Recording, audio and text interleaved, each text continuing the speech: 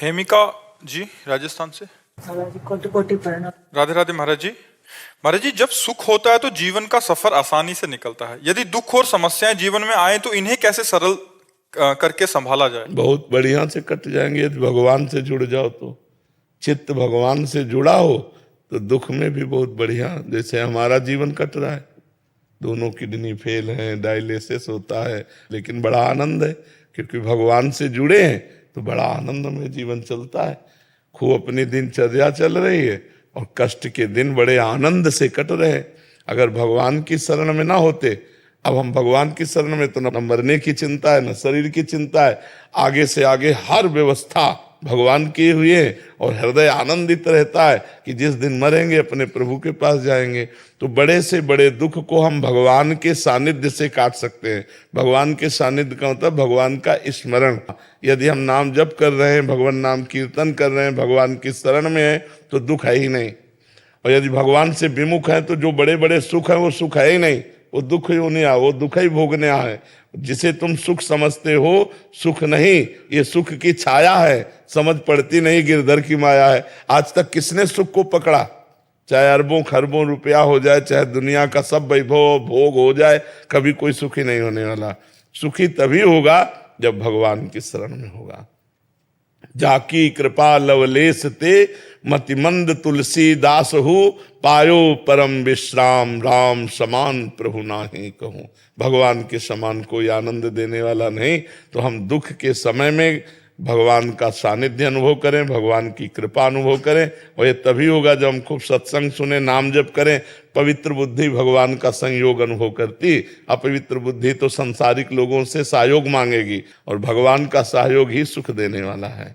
दुख में हम सुख पूर्वक जी सकते हैं भगवान के आश्रय से, भगवान के चिंतन से, दूसरा कोई उपाय नहीं है। अगर भगवान का सानिध्य है तो भगवान ने समस्त सृष्टि रची है, वो हमारे लिए नई सृष्टि रच देंगे।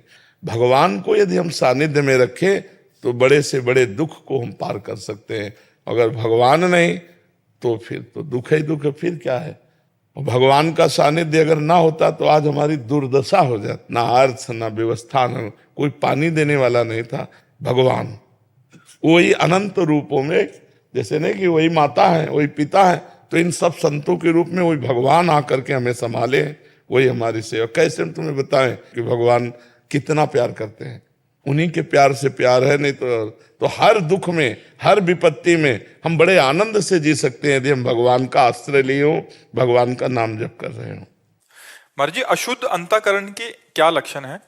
जो मन और इंद्रियों के द्वारा प्राकृतिक भोगों के भोगने के लिए अधर्म युक्त वृत्ति रखता है, मेहनत के द्वारा कमाए हुए धन को स्वीकार करके परिवार का पोषण करना, ये पवित्र अंतःकरण का लक्षण है।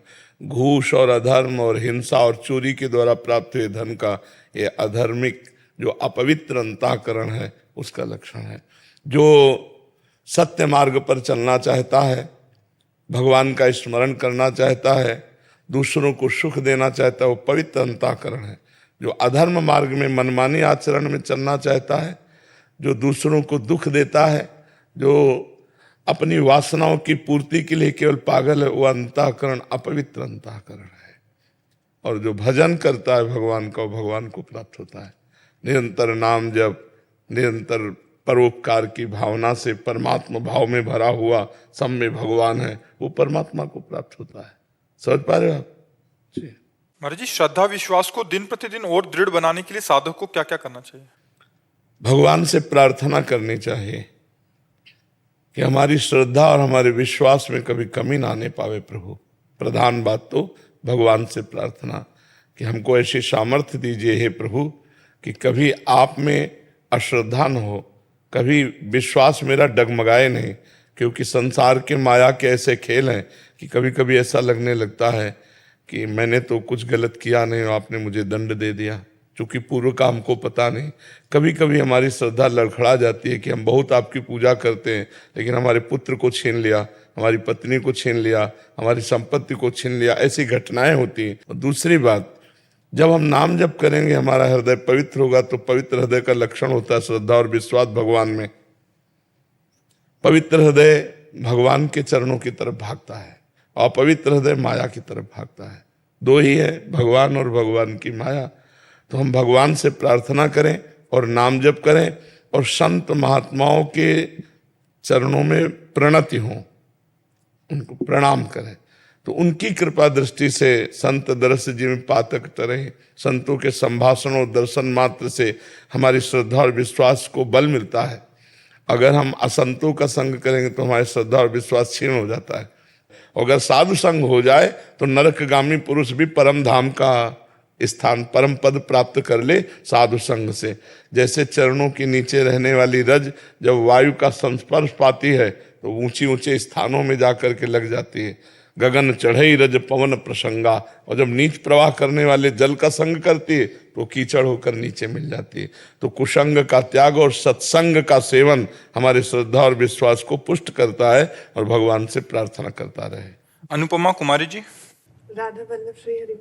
राधा वल्लभ श्री हरिवंश। महाराज जी, त्रिगुणातीत लोगों की क्या पहचान है? लोग नहीं होते वो, लोग तो त्रिगुण के अंतर्गत होते हैं। जो त्रिगुणातीत होते हैं उनको लोग नहीं कहते। त्रिगुणातीत महापुरुष की क्या पहचान होती है? उन्हें लोग कहना अपमानित करना है। लोग जन साधारण को बोला जाता है, नहीं बोला जाता। जो त्रिगुणातीत होते हैं उन्हें महापुरुष बोला जाता है, महाजन बोला जाता है। तो उनके सामने लोग नहीं लगाया जाता। हम अपने शब्दों का सुधार करें। महापुरुषों का क्या पहचान होती है? तो वो मान रहित होते हैं, वो मोह रहित होते हैं, उनके ऊपर किसी भी संग का प्रभाव नहीं पड़ता। वो निरंतर आत्मस्वरूप में स्थित रहते हैं, उनमें कोई कामना नहीं रहती। वो समस्त द्वंद्वों में समान भाव से रहते हैं, समस्त जगत को भगवान का स्वरूप देखते हैं और सुख दुख में समान भाव रखते हुए निरंतर परमात्मा में स्थित रहते हैं। ये त्रिगुणातीत महापुरुष का लक्षण है। इस श्लोक में निर्माण अमोहा जित संग दोषा अध्यात्म नित्या विनिवृत्त कामा द्वंद्व विमुक्ता सुख दुख संगई गच्छन्त मूढ़ा पदम अव्ययम तद। वो अव्यय पद का अधिकारी महापुरुष, वही त्रिगुणातीत अव्यय पद।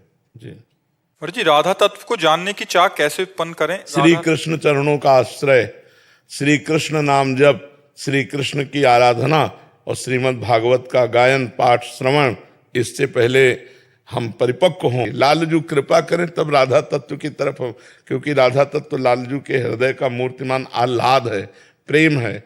जो मूर्तिमान श्री कृष्ण के हृदय का प्रेम है वही श्री किशोरी जी के रूप में सान्द्रानंद घन प्रेम मूर्ति किशोरी।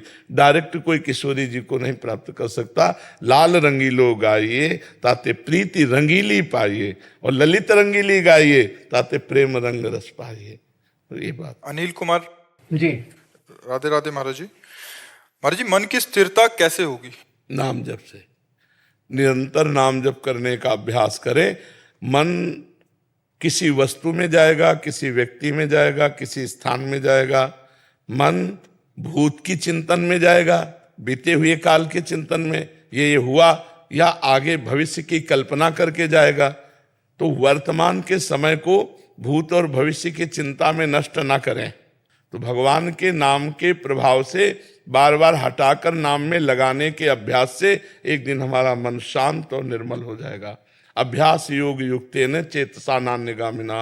अभ्यास जब ऐसा कर लिया जाता है तो फिर चित्त चंचल रहित हो जाता है, मन संकल्प विकल्प रहित हो जाता है। जब खूब नाम निरंतर जपने का अभ्यास और जहां जहां मन जाए वहां से हटा करके भगवान के नाम रूप में लगाना। सुमित जादौन जी। राधा कृष्ण। महाराज जी, राधे राधे। आपके चरणों में कोटि कोटि प्रणाम। महाराज जी, मेरा जन्म स्थान वृंदावन है पर वर्तमान में मैं जर्मनी में कार्यरत हूँ। महाराज जी, कृपया मार्गदर्शन करें कि मैं अपने कार्य और जीवन के संतुलन को भगवत प्राप्ति में कैसे लगा पाऊं तथा इन दोनों के बीच में एक प्रकार का कैसे संतुलन बना पाऊं। जैसे आप अपने कार्य के लिए जा रहे हैं, आप राधा राधा रटते हुए जा रहे हैं तो क्या परेशानी है? आप कार्य प्रारंभ के मन से भगवान को प्रणाम किया कि प्रभु अब इस संसार की कार्य रूपी पूजा में मैं जा रहा हूँ। 8 घंटे 10 घंटे जो भी कार्य कर रहे हैं उस पूरे समय को भगवान को अर्पित कर दें। बीच बीच में राधा राधा स्मरण कर दें। फिर लौट रहे हैं तो भगवान का स्मरण करते हुए आ रहे हैं। घर में आए अपने ठाकुर जी विराजमान कर लो, उनकी थोड़ी सेवा पूजा की, नाम कीर्तन किया, खाया पिया, धर्म पूर्वक विषयों का सेवन किया, फिर सो गए, फिर जगे, भगवान को प्रणाम किया, फिर अपनी दिनचर्या प्रारंभ की। अपने को भगवान से जुड़ना है। अच्छा, कोई भी ऐसा काम नहीं कि 8-10 घंटा आप इतना रमे रहें कि स्मरण के लिए टाइम ना मिले। एक बार राधा कहने में क्या जाता है, अगर हम 10 मिनट में एक बार राधा बोल देते हैं, इतना बिजी काम तो नहीं है। हाँ, तो हम 10 मिनट में एक बार राधा बोल दें और 8-10 घंटा जो काम किया वो भगवान को कि हे सच्चिदानंदमय श्री कृष्ण, हे प्रभु, ये जो 10 घंटे हमने सांसारिक कार्य किया ये आपको समर्पित करते हैं। तो कर्म समर्पण और निरंतर भगवान के चिंतन से आवागमन चक्र नष्ट हो जाता है। चित्त का निरंतर भगवान के चिंतन में रहना और समस्त कर्म भगवान को समर्पित कर देना इस संसार से मुक्त होने का परम साधन है।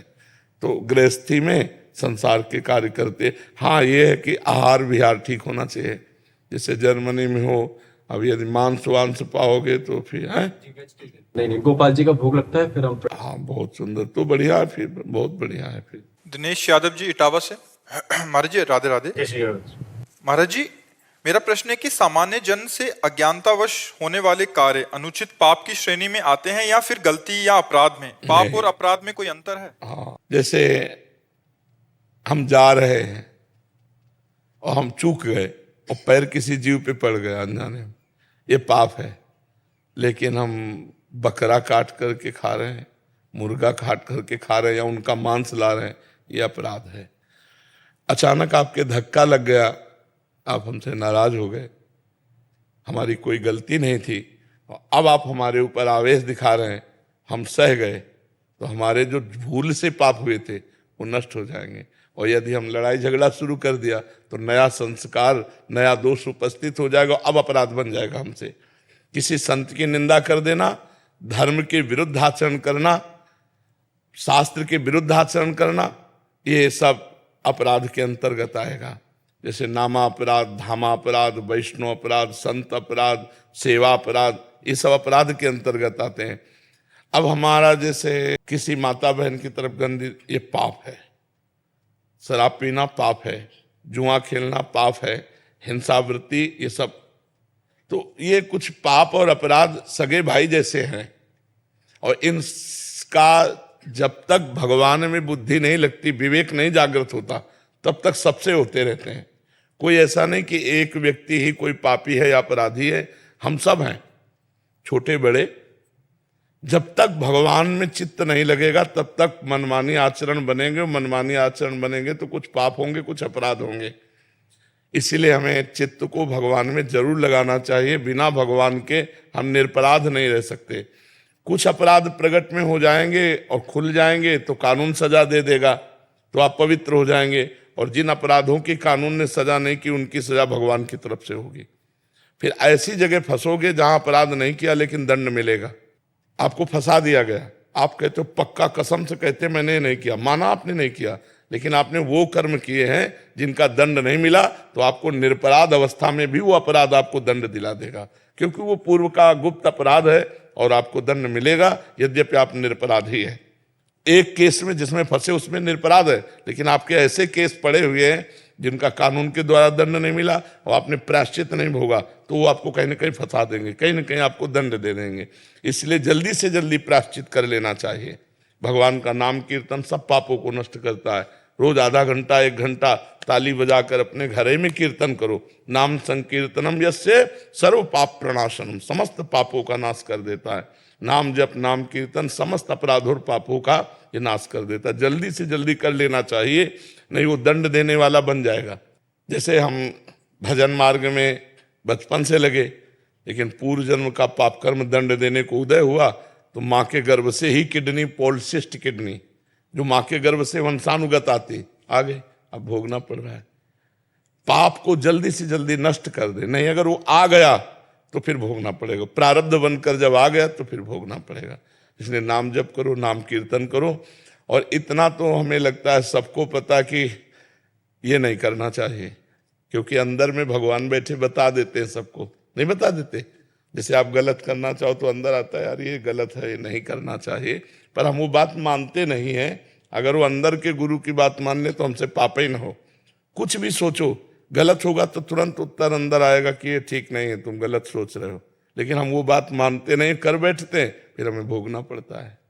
स्वामी नारायण आश्रम, गुजरात। राधे राधे महाराज जी। महाराज जी, साधु संत को प्रमुख जीवन उद्देश्य क्या होना चाहिए? संयम, परमात्मा प्राप्ति। संयम। आप सभी भक्तजनों को राधे राधे। जल संसाधन, जैसा कि आप जानते हैं कि 3/4 धरातल जल से ढका हुआ है, परंतु इसमें प्रयोग के लाने योग्य अलवणीय जल का अनुपात बहुत कम है। यह अलवणीय जल हमें सतही अपवाह और भवजल स्रोत से प्राप्त होता है, जिनका लगातार नवीकरण और पुनर्भरण जलीय चक्र द्वारा होता है। सारा जल जलीय चक्र से गतिशील रहता है, जिससे जल नवीकरण सुनिश्चित होता है। आपको आश्चर्य हो रहा होगा कि अब पृथ्वी का 3/4 भाग जल से घिरा है और जल एक नवीकरण योग्य संसाधन है, तब भी विश्व के अनेक देशों और क्षेत्रों में जल की कमी कैसे है। ऐसी भविष्यवाणी क्यों की जा रही है कि 2025 में 20 करोड़ लोग जल की नितांत कमी झेलेंगे। जल दुर्लभता और जल संसारण एवं संबंध की आवश्यकता, जल के विशाल भंडार और इनके नवीकरण योग्य होते हैं, और सोचना भी मुश्किल है कि हमें दुर्लभता का सामना करना पड़ता सकता है। जैसे कि हम जल की कमी की बात करते हैं तो हमें तत्काल की ही कमी, वर्षा वाले क्षेत्रों या सूखाग्रस्त इलाकों का ध्यान आता है। हमारे मानस पटल पर तुरंत राजस्थान के मथुरस्थल और जल से भरे मटके संतुलित करते हुए और जल भरने के लिए लंबा रास्ता तय करती हैं। पनिहारियों ने चित्रचरित हो जाते हैं यह सोचकर इस वर्ष का वार्षिक और मौसमी परिवर्तन के कारण जल संसाधनों का उपलब्धता है। समय और स्थान के अनुसार विभिन्नता है, परंतु अधिकांशतः जल की कमी, इसके अतिशोषण, अत्यधिक प्रयोग और समाज के विभिन्न भागों में जल के असमान वितरण के कारण होती है। क्या यह संभव है कि किसी क्षेत्र के प्रचुर मात्रा में जल संसाधन होने के बावजूद भी यहाँ जल की दुर्लभता हो? हमारे कई शहर इसके उदाहरण हैं। अतः जल दुर्लभता अत्यधिक और बढ़ती जनसंख्या के उसके परिणामी स्वरूप जल की बढ़ती मांग और उसके असमान वितरण का परिणाम हो सकता है। जल अधिकांश जनसंख्या के लिए घरेलू उपयोग में ही बल्कि अधिक अनाज उगाने के लिए भी चाहिए। अतः अनाज का उत्पादन बढ़ाने के लिए जल संसाधनों का अतिशोषण करके ही खेती की जा सकती है। सचित कृषि से जल का सबसे ज़्यादा उपयोग होता है। श्रेष्ठ कृषि तकनीकों तथा सुख प्रतिरोधी फसलों के विकास द्वारा अब कृषि क्षेत्र में क्रांति लाने की आवश्यकता अपने विजन वैज्ञानिकों में देखा जा सकता है। मैं किसानों के खेतों पर अपने निजी कुएं और नलकूप हैं जिससे सिंचाई करके वे उत्पादन बढ़ा रहे हैं, परंतु अपने सोचा है कि उसका परिणाम क्या हो सकता है। इसके कारण भौम जलस्तर नीचे गिर सकता है और लोगों के लिए जल की उपलब्धता में कमी हो सकती है और भोजन सुरक्षा खतरे में पड़ सकती है। स्वतंत्रता के बाद भारत में तेजी से औद्योगिकीकरण और शहरीकरण हुआ है, विकास के अवसर प्राप्त हुए। आजकल हर जगह बहुराष्ट्रीय कंपनियां बड़े औद्योगिक घरानों के रूप में फैली हुई है। उद्योगों की बढ़ती हुई संख्या के कारण अलवणीय जल संसाधनों में दबाव पड़ रहा है। उद्योगों के अत्यधिक जल के अलावा उनके चलाने के लिए ऊर्जा भी आवश्यकता होती है और उसकी काफ़ी हद तक पूर्ति जल विद्युत से होती है। वर्तमान समय में भारत में कुल विद्युत का लगभग 22% भाग जल विद्युत में प्राप्त होता है। इसके अलावा शहरों की बढ़ती संख्या और जनसंख्या तथा शहरी जीवन शैली के कारण न केवल जल में और ऊर्जा की आवश्यकता है बढ़ोतरी हुई अपितु इसमें संबंधित समस्याएं और भी गहरी हुई हैं। यदि